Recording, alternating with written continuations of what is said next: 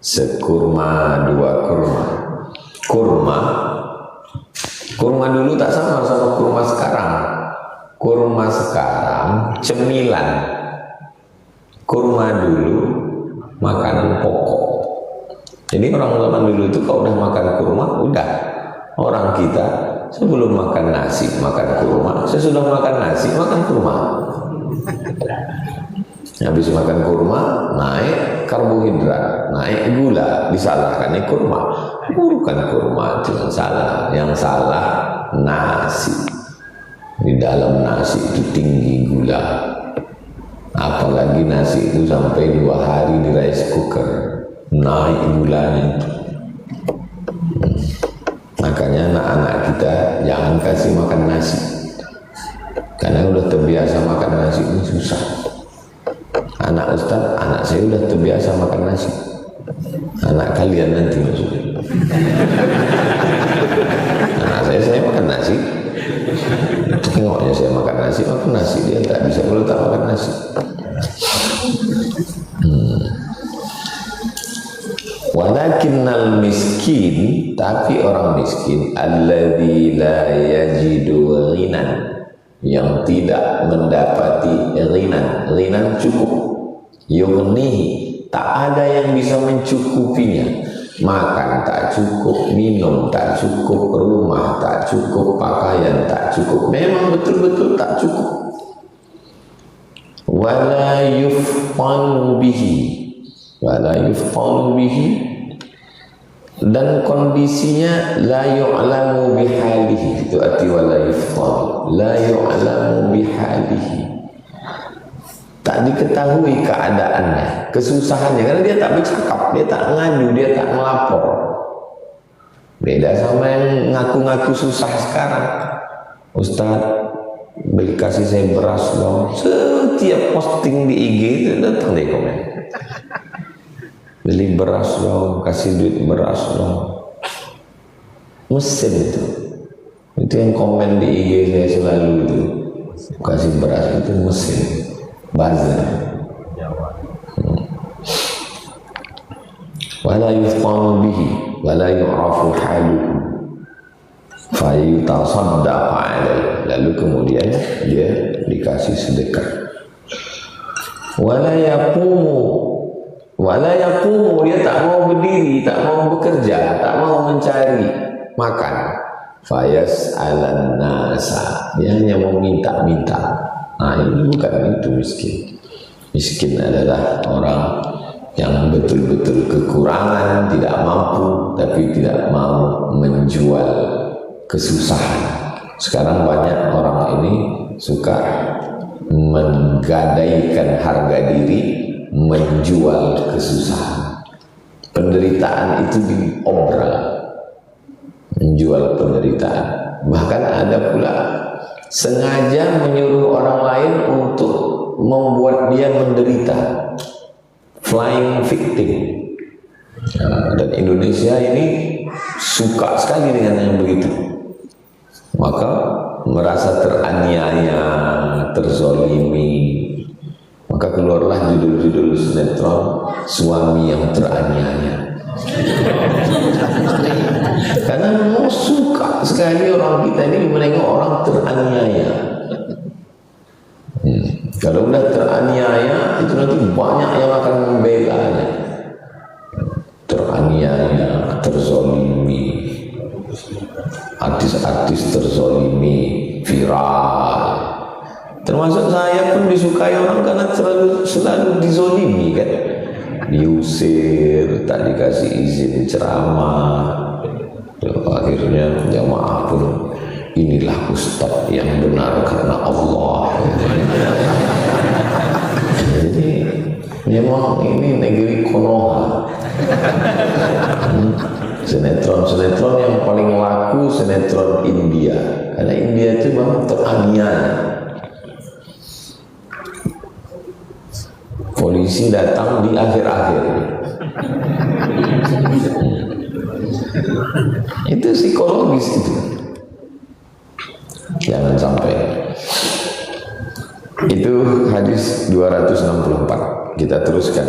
Wa anhu dari Abu Hurairah, punya balik ke Abu Hurairah radhiyallahu anhu, anin Nabi, dari Nabi Muhammad sallallahu alaihi wasallam, as-sa'i sa'a yas'a falamma balagha ma'ahu sa'ya, ketika Ismail sudah bisa sa'i artinya berusaha, makanya Hajar lari dari Sofa ke Marwah mencari air, itu disebut dengan sa'i. Orangnya sa'i. As-sa'i, orang yang berusaha mencari makan, mencari alal armalah. Armalah maksudnya perempuan yang meninggal suaminya. Armalah, janda. As-sa'i, orang yang mencari duit, beras, makanan untuk menolong armalah, menolong janda-janda tua. Kalau yang muda banyak yang menolong, ini yang tua. Wal miskin, menolong orang miskin, cari duit, tolong orang miskin. Kal mujahid, maka dia sama macam mujahid. Mujahid itu orang yang berperang fisabilillah. Fisabilillah. Wa ahsibu, menurut saya, ahsibu, menurut saya, qala, Nabi berkata, wa kal qaim, seperti orang yang tahajud, la yaftur, tak tidur-tidur. Tahajud sepanjang malam, tak tidur-tidur. Wa kas-shaim, seperti orang yang puasa, alladzi la yuftir, tak buka-buka. Puasa terus, tahajud terus, sama macam orang yang bantu janda tua susah dan orang miskin. Kenapa orang-orang kaya itu malamnya tidur, rezekinya lancar? Inilah rahasia. Karena ada orang yang tahajud sepanjang malam, siangnya dia tidur. Tapi ada orang yang siangnya sibuk bisnis, malam dia tidur. Mungkin dia bangun cuma 2 rakaat, habis itu lagi. Tapi kedudukan dia di hadapan Allah sama. Kenapa? Sedekah. Usahakan kalau udah gajian, pergi ke warung, beli beras 10 kilo, tak sampai 10 kilo, 5 kilo. Beli minyak, gula, teh, kopi, roti gabin, susu saset, bungkus. Dulu saya pertama-tama lulus PNS, asal gajian, balik di simpang Jalan Sukakarya itu. Kalau kita masuk sebelah kiri itu ada toko jual beras. Sekarang udah berubah pula jadi es krim.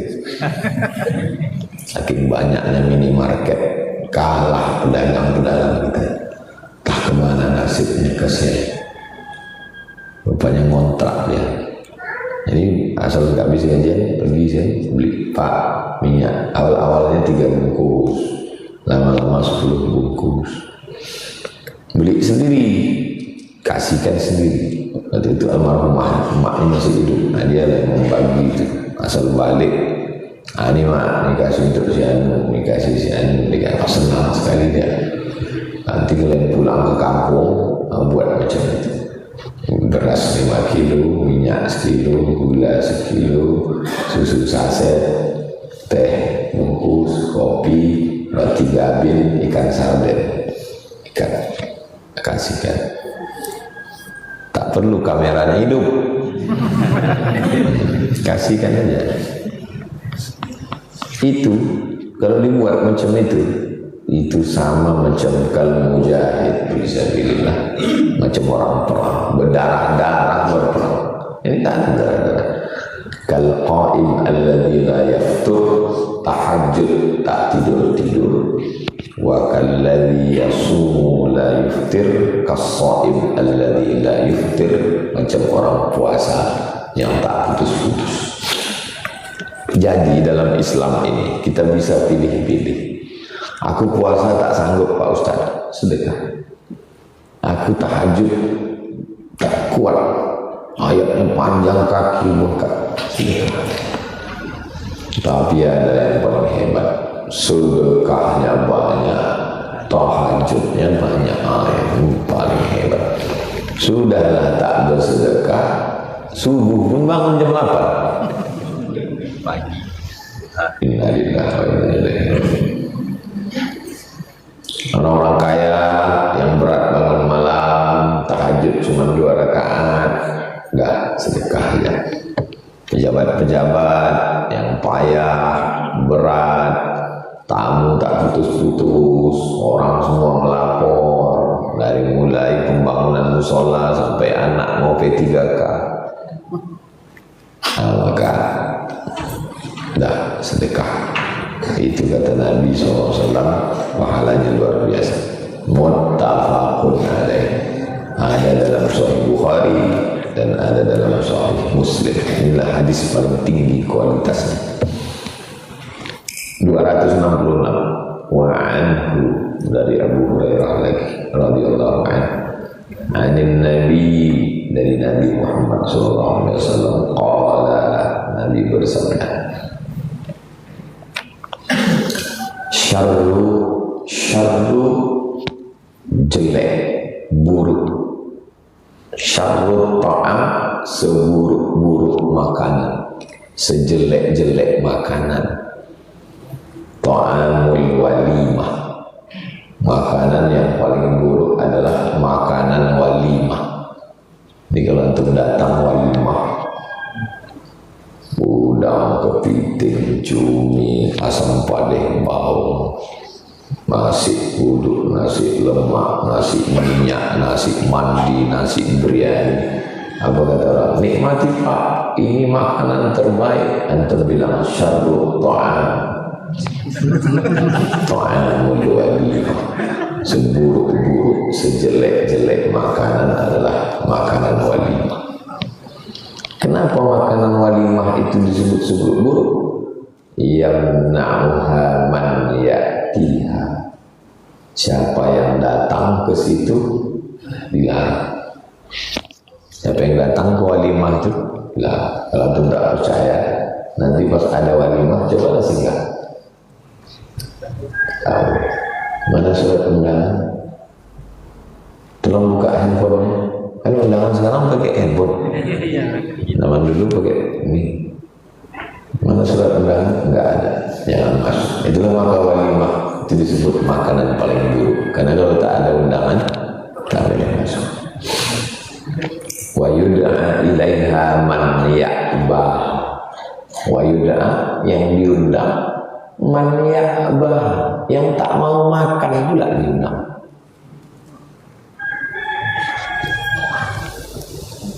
Pejabat, semua orang yang kenyang, itu yang diundang. Sampai situ datanglah pelayan itu bawa menu. Bapak mau ini kolesterol, ini asam urat, ini asam lambung, ini karbohidrat, ini tidak. Terus apa Pak? Buah aja. Ini syarru ta'am, seburuk-buruk makanan. Orang lapar mau datang tak boleh, orang kenyang malah diundang, dan tamunya penyakitan semua. Kita yang lapar lewat di situ. Enak kali ini kalau kita singgah di sini. Mau singgah tak boleh. Orang-orang yang kenyang, yang tak ada selera makan, itu yang diundang ke situ. Nah, makanya nanti antum masuk nampak biasanya turun bilang syarru ta'am, ta'amul walimah, seburuk-buruk makanan. Nah inilah makanan orang yang lapar tak kalian undang, yang kenyang-kenyang yang tak mau. Kata penjaga itu banyak kali cerita, kalau masuklah makanan. Kalau antum bilang nikmat ta'am, inilah nikmat. Syarru ta'am, ta'amul walimah yamna'uha man ya'tiha, yang datang tak boleh makan, datang tak diundang maksudnya. Wa yud'a ilaiha man ya'ba, aba wastakbara, tak mau, tak berselera makan itu, menengok makanan sudah. Begitulah panjang meja makan, piring kecil, kates, nenas, semangka, cucuk-cucuknya sedikit. Itu minta pula dia ambil semua. Saya kalau udah nengok orang pasti tanya, bapak tak makan nasi, diet karbo Pak Ustaz. Makanlah saya sama sepupu saya pas ada acara undangan walimah. Sepupu-sepupu saya ini perempuan. Kata tak makan, aku tak bisa aku makan udang ini kolesterol ini, kepiting ini. Udah lama dia cerita-cerita. Ayam ini pun banyak apa ini suntik kimia. Udah habis semua. Terus saya bilang, ingat kakak, waktu aku kecil-kecil dulu,